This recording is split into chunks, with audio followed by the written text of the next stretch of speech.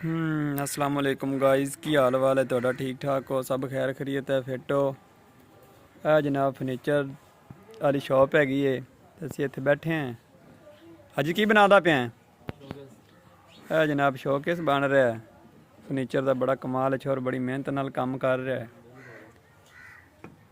अन्नी मेहनत कर रहा है। ਇਹ मियाँ फरीद साहब बैठे ने, पता नहीं इन्हें की तरह घाटा आ गया, बड़ा दिला जो तो बैठे, अल्लाह खैर करे। ਇਹ ਮੈਂ ਸ਼ੋਕੇਸ बड़ा VIP बन रहा, जो बन गया इन्हें बड़ा हीरो बन जाना है। फिर शीशे शूशे लग जाएंगे, नेर पा देगा बिच, ये लगना ही नहीं लग सी जिवें मिट्टी का बनया हुआ है।